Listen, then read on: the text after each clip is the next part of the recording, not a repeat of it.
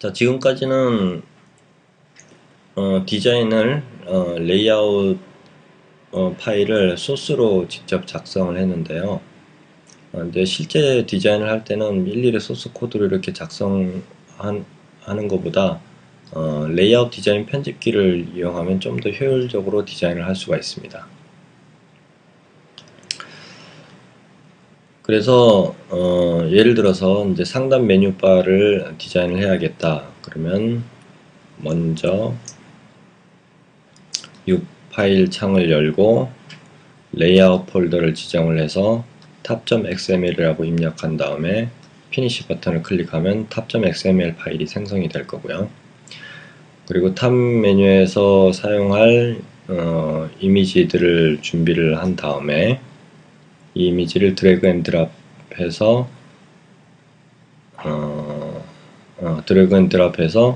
리소스 밑에 있는 드롭을 폴더에 드랍을 하면 이렇게 이미지 파일이 드롭을 폴더 밑에 카피가 되죠.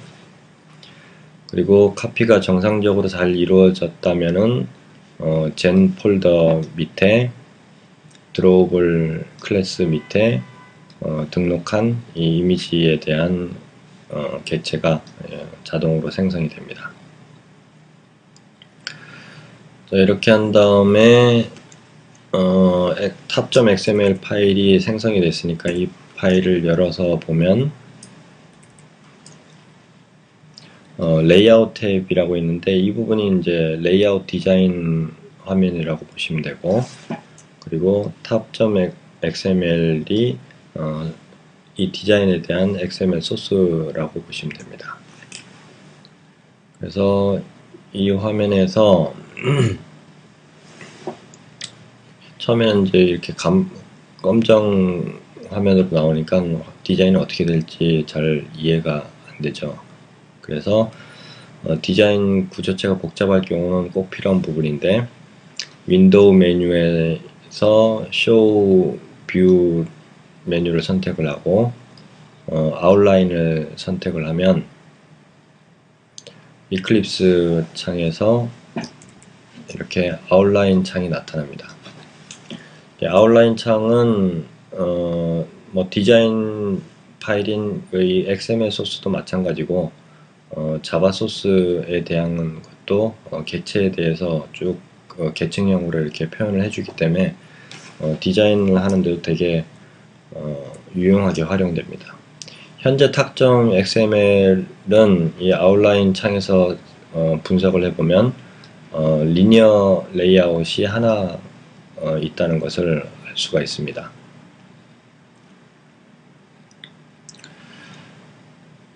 그리고 이 리니어 레이아웃을 선택을 하고 마우스 오른쪽 클릭을 해서 컨텍스트 메뉴가 열리면 프로퍼티를 선택을 해보시면 이 리니어 레이아웃에 대한 각종 속성들을 디자인 편집기 화면에서 정의할 수 있게끔 되어 있습니다. 그래서 이렇게 프로퍼티 창이 열리면 이 리니어 레이아웃에 대해서 일일이 명령어를 외워서 그 소스에서 디자인을 정의하지 않아도 이 속성을 보고 뭐 아이디를 정의한다거나 그래피티를 정의한다거나 쉽게 디자인을 할 수 있게끔 지원을 해주는 거죠.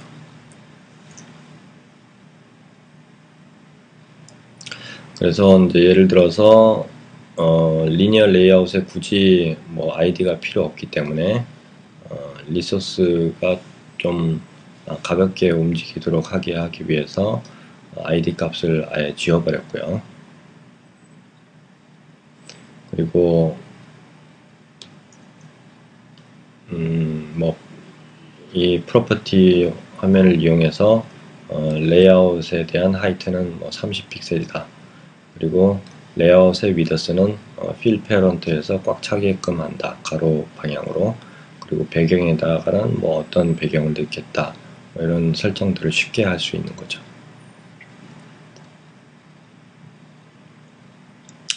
여기서는 이제 백그라운드 항목 같은 경우는 이 버튼을 클릭을 해 보시면 이미지 레퍼런스 추저라는 이 창이 나타나는데 탑 배경에 배경 이미지를 설치할 것이니까 이 드로우볼 밑에 탑 언더바 BG를 선택을 하시고 OK를 클릭하면 직접 그 드로우볼 경로에 대해서 입력을 하지 않으셔도 쉽게 선택을 할 수가 있죠. 그렇게 하면 이제 백그라운드 항목에 골뱅이 드로우볼 슬래시 탑 언더바 BG라고 이렇게 자동으로 입력이 됩니다. 그리고 그래피티 설정 같은 경우도 그래비티 항목에서 마찬가지로 여기 화면에서는 안 보이는데 버튼을 클릭을 할 수 있는데요. 이 버튼을 클릭을 하면 그래비티를 설정할 수 있는 창이 나타납니다. 그 중에서 이제 탑 메뉴 같은 경우 항상 위에만 나타날 거니까 탑이라고 이렇게 체크하고 OK 버튼을 클릭하면 그래비티 환경을 이렇게 손쉽게 일일이 타이프를 안 해도 손쉽게 설정을 하면서 디자인을 조감할 수 있는 그런 여건을 지원하고요. 그리고 또 오리엔테이션에 대해서 설명을 하고 있는데 상단 메뉴 같은 경우는 가로 방향으로 이렇게 객체들을 나열을 하고 싶다. 그럴 때는 오리엔테이션을 호리존탈로 선택을 하면 되고, 그리고 예를 들어서 이제 세로 방향으로 이렇게 객체가 나열되기를 원한다 그러면 버티컬을 선택을 하면 되겠죠. 근데 호리존탈 설정은 리니어 레이아웃의 기본 설정이기 때문에 굳이 선택을 안 하셔도 무방합니다.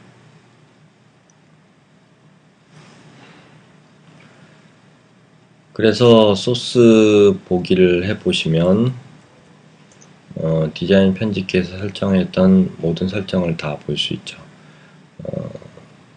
하나하나 살펴보면 리니어 레이아웃이라고 이렇게 선언이 됐었고, 그 다음에 위더스는 풀 페런트로 잡았었고요. 이거는 이제 XML NS에 대한 선언을 한 부분이고, 그리고 하이트는 30픽셀이다 이렇게 자동으로 작성이 됐고요. 그리고 백그라운드는 드로우볼에 있는 탑 언더바 BG를 사용하겠다라고 선언됐고, 그리고 그래비티는 탑이다. 그리고 오리엔테이션은 호리젠탈 가로 방향으로 객체들을 나열할 것이다 라고 자동으로 소스가 작성된 걸 확인할 수가 있습니다.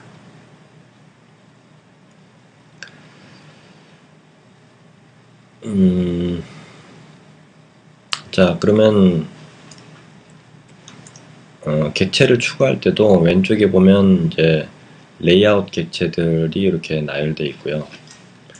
그리고 뷰 객체들이 이렇게 나열되어 있습니다. 이제 제목 같은 거를 추가하고 싶다. 그럴 때는 이 텍스트 뷰를 선택을 하고 드래그해서 해당 위치에다 드랍을 하면 이렇게 객체를 추가할 수가 있죠. 그리고 이 객체를 선택을 하면 오른쪽에 이제 프로퍼티즈가 나올 거니까 이 프로퍼티즈에서 원하는 대로 그래피티가 뭐 어떻다, 그리고 하이트가 어떻다 이렇게, 그리고 문자열은 뭐뭇이다 라고 손쉽게 디자인을 하면서 설정할 수 있습니다.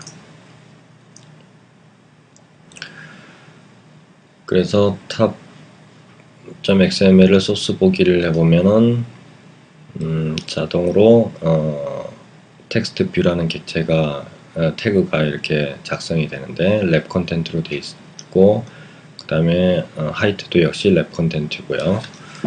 그리고 그래비티는 왼쪽 정렬, 그리고 세로 방향으로 중앙 정렬, 그리고 id는 탑 타이틀이라 이렇게 정의를 했고요.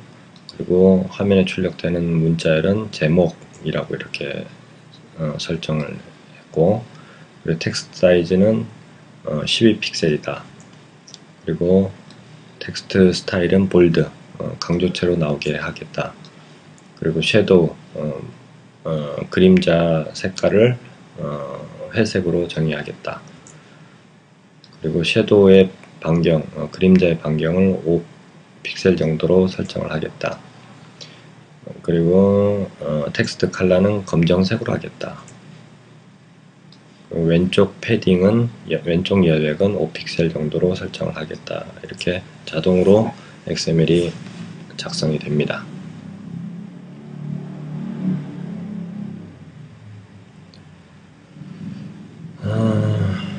그리고 이제 버튼을 추가하고 싶다 그러면 이제 이미지 버튼을 드래그 앤 드랍을 해서 뭐 이런 식으로 디자인을 할 수 있다는 거를 보여주고 있죠.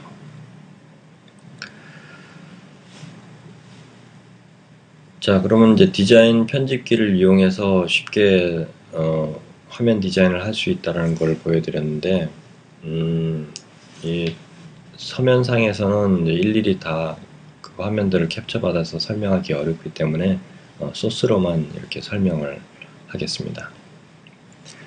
자, 그럼 이제 본격적으로 상단 메뉴바를 만들어 보도록 하겠습니다. 이 상단 메뉴바는 이제 웹사이트에서도 GNB라고 해서 글로벌 내비게이션 바라고 얘기를 하는데, 상단 메뉴나 뭐 앱 같은 경우는 하단 메뉴에 주로 많이 놓기도 하고요. 공통되는 화면마다 공통되는 그런 메뉴바일 경우에 대한 사례가 되겠습니다. 상단 메뉴바 소스는 tab.xml 위에서 생성했던 이 tab.xml 파일을 그대로 쓸 거고요.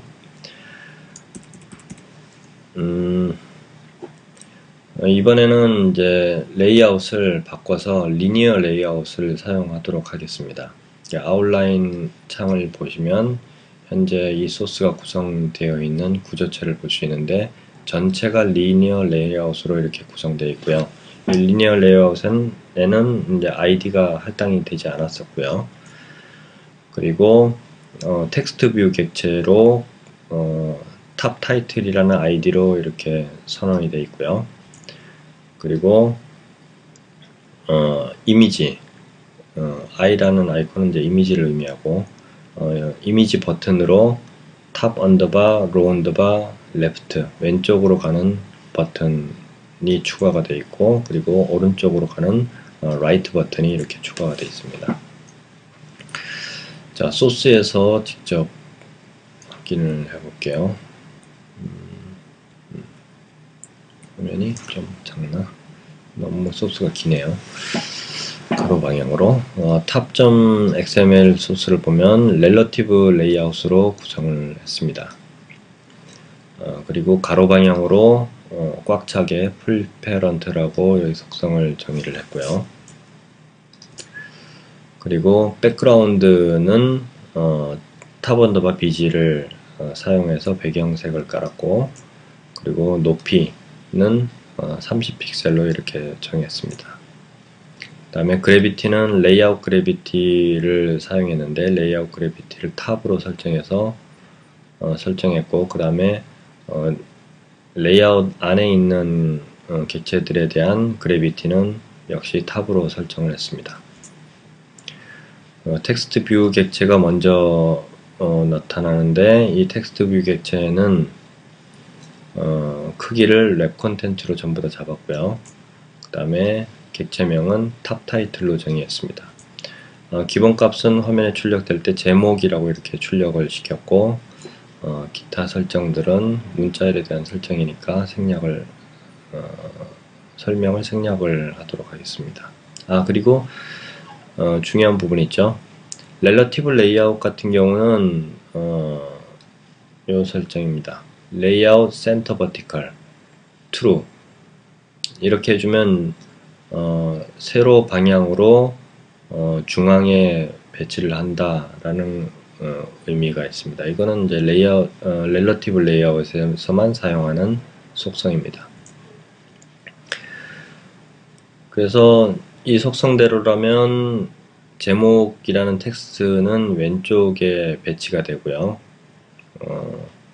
그리고 이미지 버튼이 이렇게 두 개가 있는데, 이 이미지 버튼은 기본적으로 둘 다 레이아웃 버티컬 세로 방향에 대해서는 중앙 배치가 되도록 true로 설정이 되어 있고, 그리고 레이아웃 얼라인 페어런트 라이트라고 해서 오른쪽 배치가 되도록 이렇게 설정을 했습니다. 이 설정 역시 Relative Layout에서만 사용하는 설정입니다.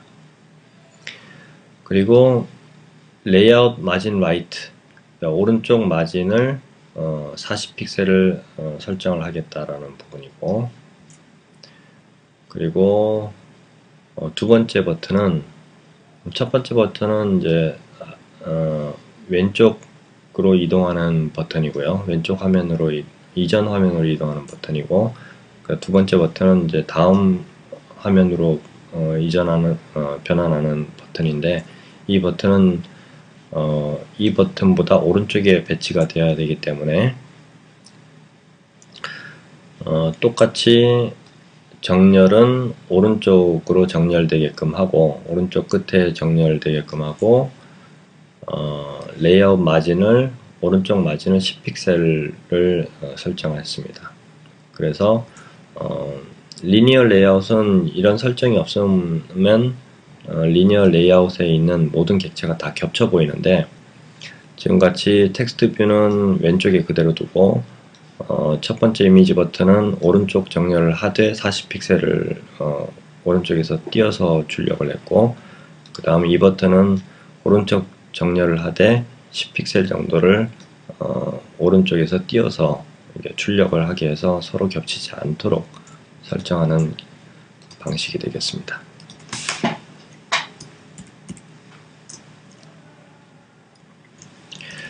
그래서 탑 화면을 디자인 편집기 화면에서 확인을 해보시면 이렇게 제목, 텍스트 객체가 있고, 그 다음에 왼쪽 화살표 버튼이 있고, 그 다음에 오른쪽 화살표 버튼이 이렇게 나타나는 거죠.